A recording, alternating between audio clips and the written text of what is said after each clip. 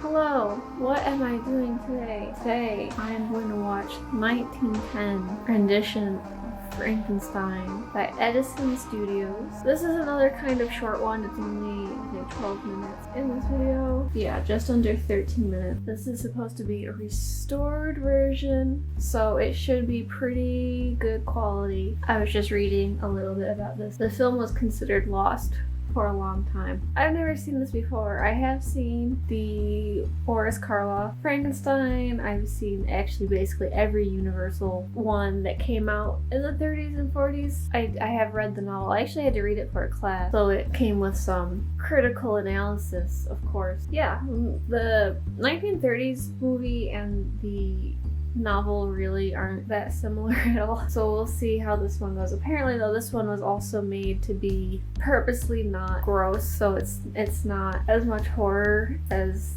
they tried to focus on the psychological stuff. We'll see how it compares. Here we go. Night Frankenstein, 1910 restoration, stored in 2017 by the Library of Congress National Audio Visual Conservation Center with new music. Play. Frankenstein, a liberal adaptation, meaning they took a lot of liberties with it, I guess. Alright, Frankenstein departs for college. We got some cute cards on this one. The other one didn't have any title cards.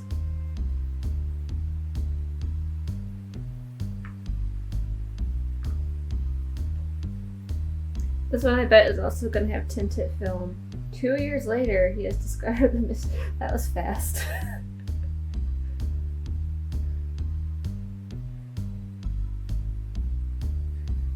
Go to college and halfway through your undergrad, it's like, I have solved all the mysteries of life now. This dorm room's pretty cool. Covered with skeletons and stuff.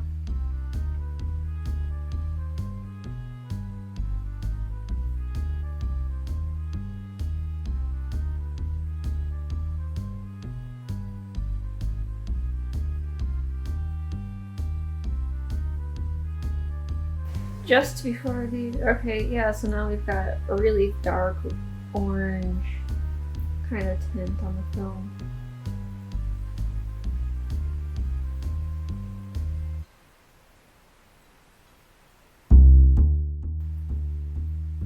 I love how they left out all the stuff about his interest in like alchemy and all his professors telling him, nah, don't do it.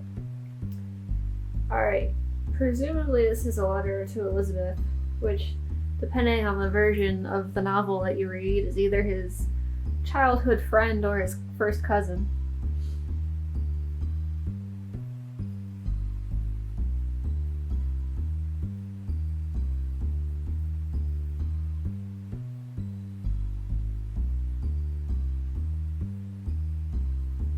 It looks like he's ready to like do a waltz. The evil in Frankenstein's mind creates a monster. Oh, look, we're cooking the monster. Like a potion, I guess. It's got a nice steaming cauldron back there.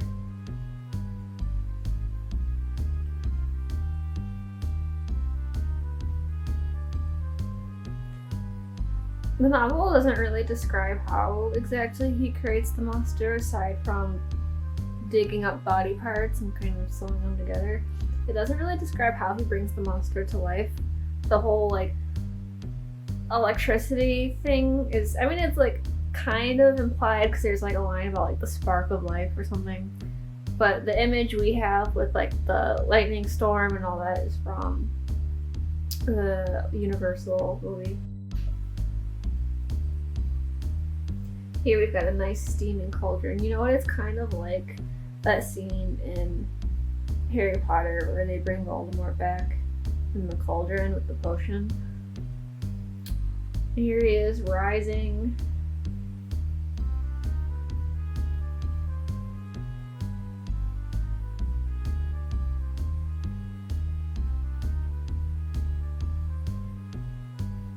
I guess that's what it meant when they said they took out more horror parts. He hasn't sewn any bodies together. I guess they didn't think audiences would like to see dismembered body parts. But watching this thing just like grow is perfectly okay. Like, I don't know if this is more or less gross actually.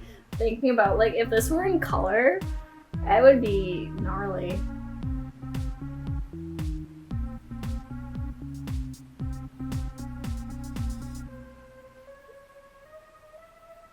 He's just growing a person from his soup.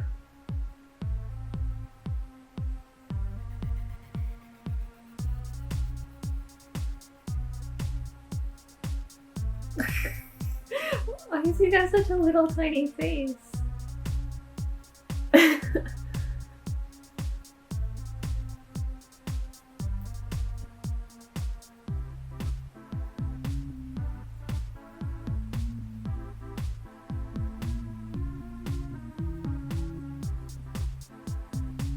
He looks shocked, like he didn't just watch this whole thing.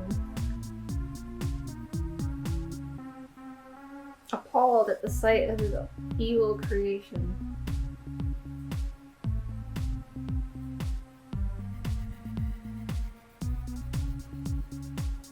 Yeah, I mean, I don't think any iteration of the story has Frankenstein being really that smart. So, the monster in this is...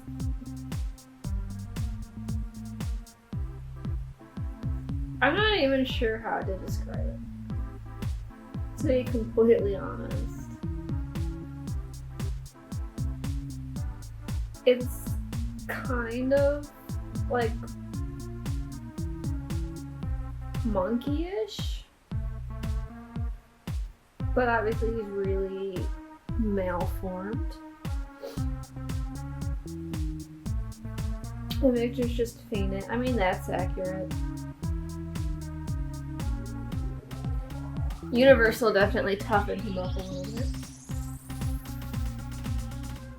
Return home. Oh yeah, he's just gonna now abandon the monster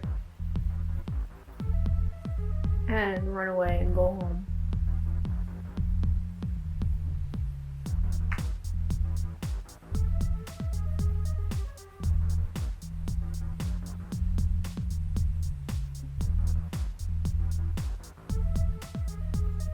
Presumably that's his sweetheart, right? We haven't given her a name yet in this. Oh yeah. Haunting his creator and jealous sweetheart for the first time, the monster sees himself.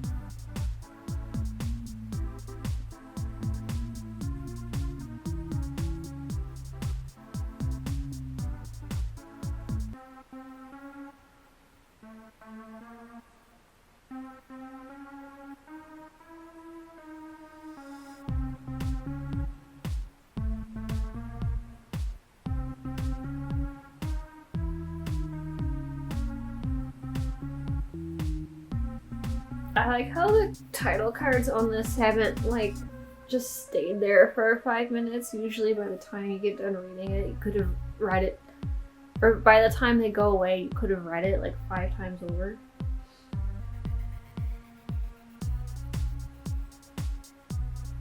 Oh, here comes the monster.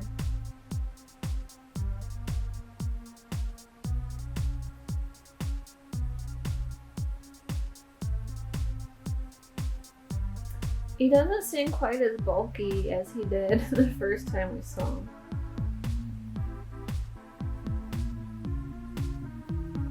He's still got like that really kind of like tall head look that is associated with the character.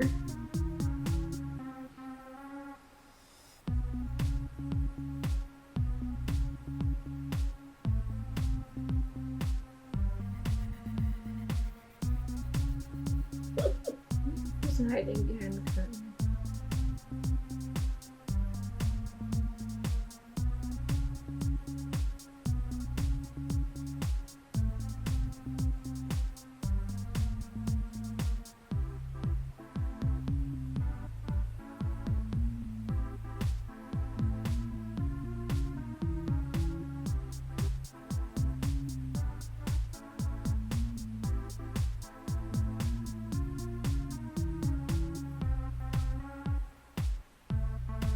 On the ball, this relationship is escalating very quickly. And we're back to this really dark orange tint. Sometimes the colors on the film can be used to like represent different characters and stuff and different emotional qualities, but this is the same color we had when he was making the monster, so I don't know if we're supposed to have a sense of foreboding now. I mean, you know the story, you know what's anyway supposed to happen.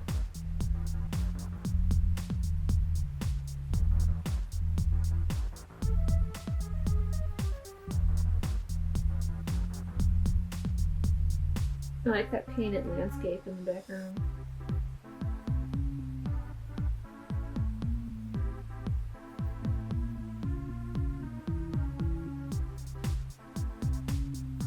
The costumes too look like the time period that the novel takes place in, rather than, oh no, they're blue. Rather than contemporary, so they did try to make it look like the 1810s.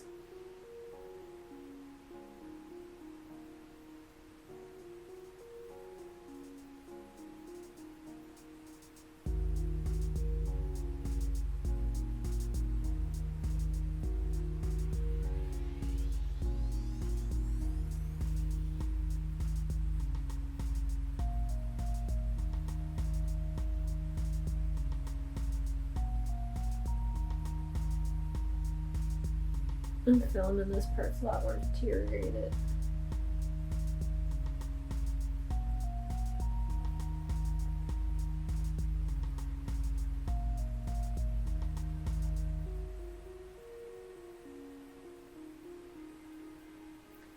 Creation of an evil mind is overcome by love and disappears.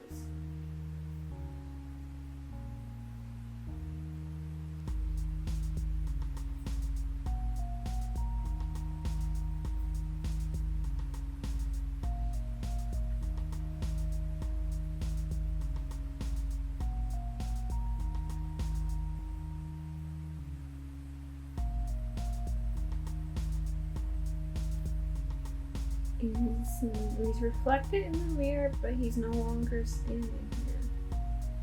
That is interesting.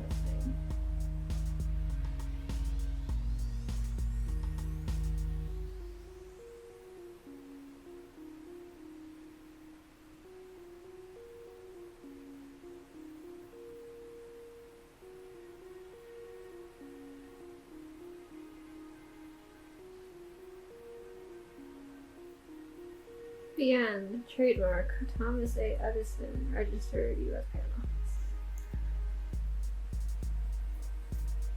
The ending was actually really interesting. For part of that scene, Frankenstein was looking into the mirror, but the monster was there instead of him. That was, I think, probably the coolest part. And then there's just like end credits here about the restoration. Yeah, so